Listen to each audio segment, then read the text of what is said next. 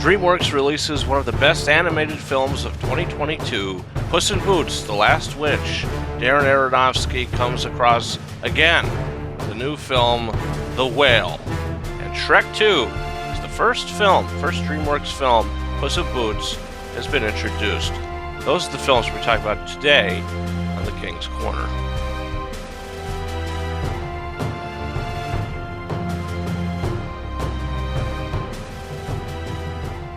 What's up, guys? Hope you're all doing well. Thank you so much for popping into this latest episode of The King's Corner.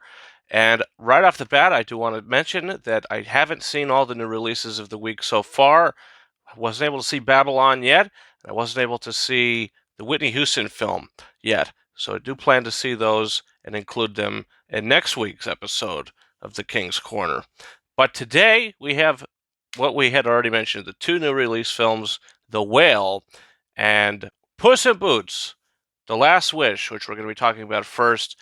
This is a sequel to the film that came out in 2010. Believe it or not, I haven't seen it. I own it on 4K Blu-ray, but I haven't watched it yet. But I've seen all the Shrek films, so I know Puss in Boots very well. And this is a film that takes place later in his life where he's lost all of his lives but his last life. And there's this magical wishing star. And to get this wish, you have to venture into the dark forests to find the wish with the map. And, you have to get your wish. And Puss has his wish. He wants to get his lives back. He wants to get his lives back, gosh darn it. But along the way, he comes in contact with Florence Pugh's new character. She plays Goldilocks, and she has the three bears these are her henchmen, basically, and she's kind of the new villainous face of the film. She's sort of misunderstood character. She's like the Gabby Gabby of the film. There is a darker enemy in the movie. It's much of a frightening enemy in the film that creeped me out visually. I mean, his eyes are red. It's a very dark stuff. And this movie does go there. I think that this is one of the DreamWorks' best films since How to Train Your Dragon 2. And then How to Train Your Dragon 1, 2010, 2014. I mean, these are really solid films. And Puss in Boots: The Last Wish, I thought The Bad Guys was a surprise for the year. I thought it was actually not bad. But this takes DreamWorks Animation Studios back to its prime. This is a great film. This is an excellent animated film with great humor. The voice acting is fantastic. Antonio Banderas hasn't missed a beat since playing Puss in Boots last. He hasn't missed a beat. Actually, the movie might have come out in 2011 because Shrek 4 came out in 2010. So maybe Puss in Boots came out in 2011? Or maybe it was 2012. I have no idea. But regardless, Antonio Banderas is fantastic in this role. Character returning from the original film, played by Salma Hayek. She plays the Soft Paws. She returns in this. You get a new character, this dog character, Burrito. They're calling him in the film. They don't really give him a name. Is what he's called, and he's great. He steals the show. I think this character is so likable. He's a side character that could have went south, didn't go south, hit home with him. The Florence Pugh stuff, I really liked Goldie a lot in the movie. I think that she was, the arc that character has. I was a fan of it.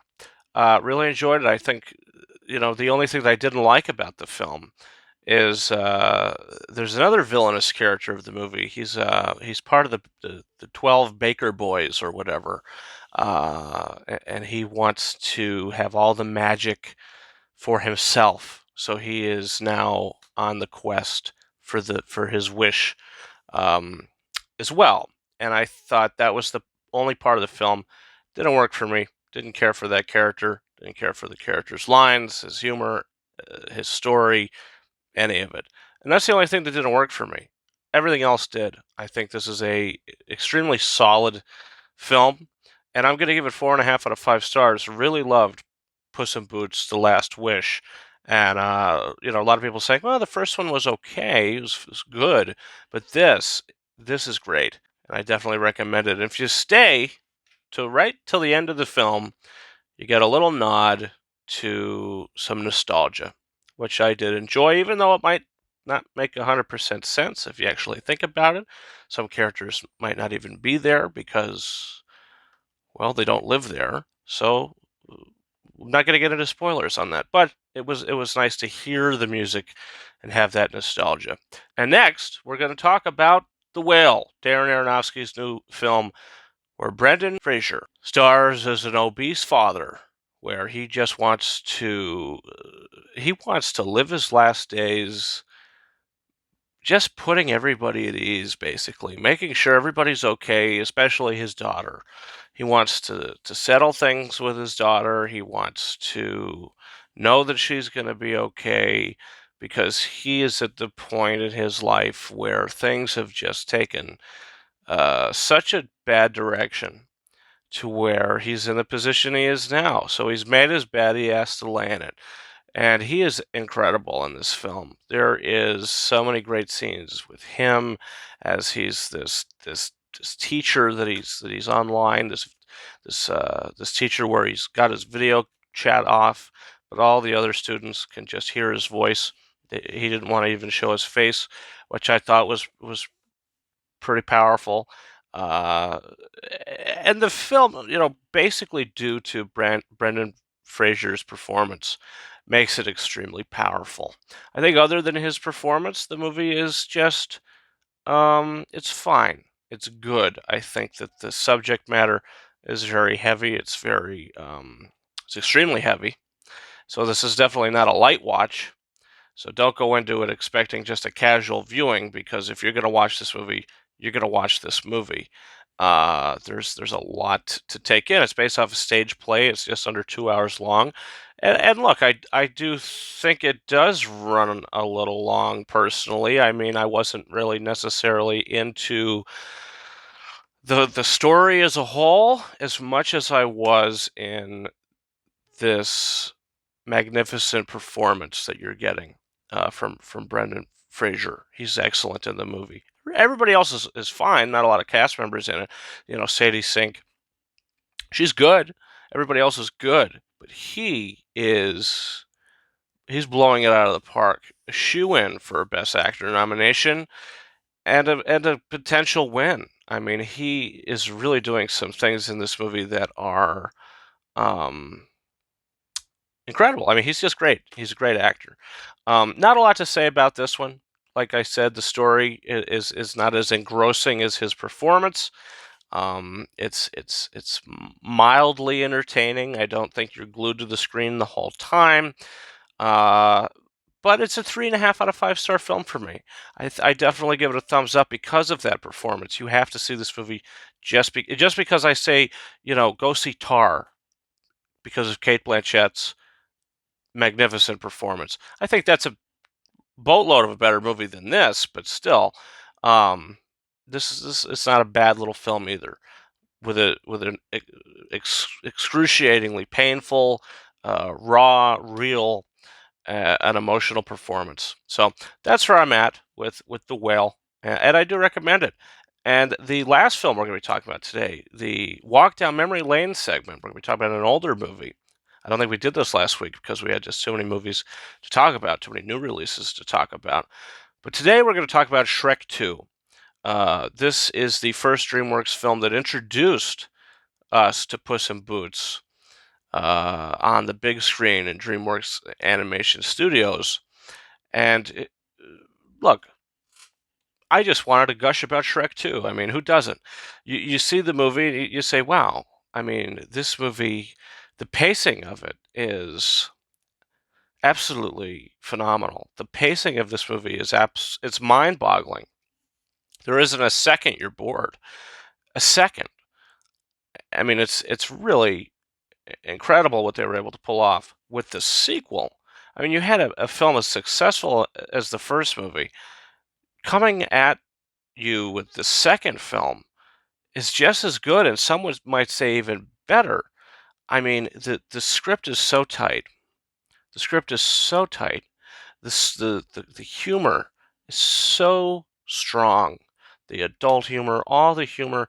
Eddie Murphy is a superstar, and he is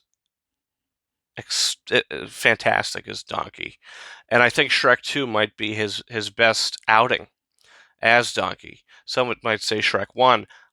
I think Shrek 2 is maybe Eddie Murphy's best time as Donkey.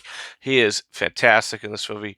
The dinner scene where you have them fighting the parents, the Shrek, the father, they're fighting.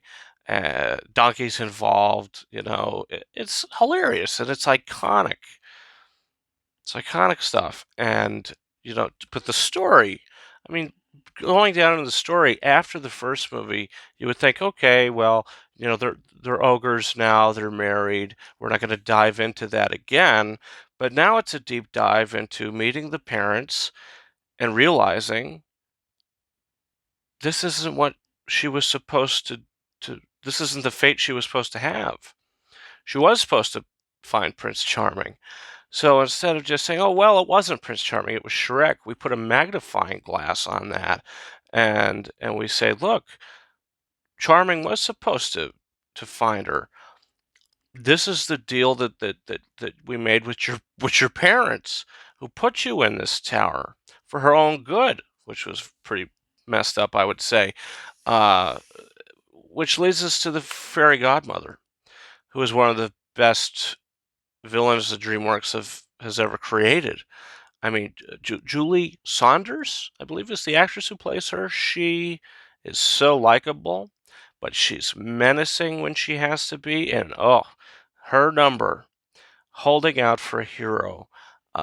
Hearing that back in 2004 for the first time, uh, with the score in the background, uh, the action beats playing through the song.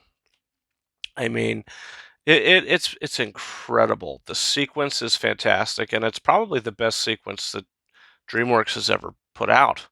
I mean, it's a fantastic theatrical sequence, with so many references. The giant gingerbread, the gingerbread falling. He's saying "Be good," like the ET thing. I mean, it was just all. I mean, there's so many references in these movies, which I really appreciated. And the references, they're in Puss in Boots as well, the new film we just talked about. The references continue, which I really appreciated. And I think Shrek 2 is one of DreamWorks' best films. It's certainly a top 5 DreamWorks movie. It's one of the best animated films in general, one of the best animated sequels ever put out, and it's a 5 out of 5 star film.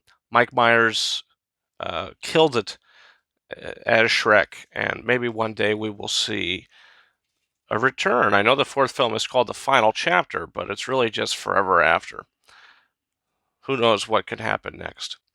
And finally, we do have a small physical media roundup for you guys. A Blu-ray and a 4K. A film that I already mentioned to you guys, actually. I'll pull that out now. It's Tar. This is the 4K Blu-ray of Tar. Haven't previewed it yet. Haven't watched the 4K yet. But this is one of the best films of the year. Cate Blanchett is fantastic as Lydia Tar. She's really incredible in this. It's one of the most boldest and exciting films of the year. I totally agree with that. I mean, she is a superstar in this movie, and I'm really happy they released it on 4K Blu-ray, and I can't wait to hear the incredible music uh, again pumping through the speakers. And the Blu-ray release is another film that has been getting a lot of nominations, Golden Globes, Critics' Choice. It's going to get in there for Best Picture probably. It's The Banshees of Inisherin, with excellent performances from Colin Farrell, for Brendan Gleeson, with Barry Coogan. The name Barry Coogan, Barry Coogan, Carrie Condon, Barry Coogan. I mean, these performances are why you watch this movie. You watch this movie because everybody's so good, and the screenplay as well. If you watched my original review for the movie, when I was just doing singled out reviews, probably did mention that this could probably get in for screenplay, and I don't think there's a question about it that it will certainly get in. And this is a film that I'm very excited to rewatch. around awards season, awards time, you see all these films that are being nominated. You want to watch them again and maybe rank them a little differently, as time passes. So your opinions, sometimes they change, they alter, which is always fun.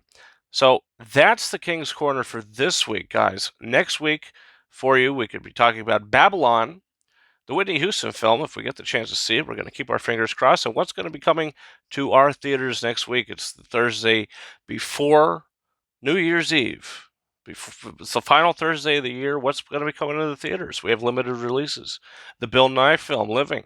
We'll be getting that, possibly. Women Talking. When's that coming around? Those are going to be parts of future shows. You guys don't forget to hit that subscribe button. Support the channel, support the show if you like what you've seen here. And also, don't forget to follow me on Twitter at RyanKing72 and Instagram and TikTok at KingRises131. And that's been it for me. Thank you so much for watching this one. And until next time, over and out.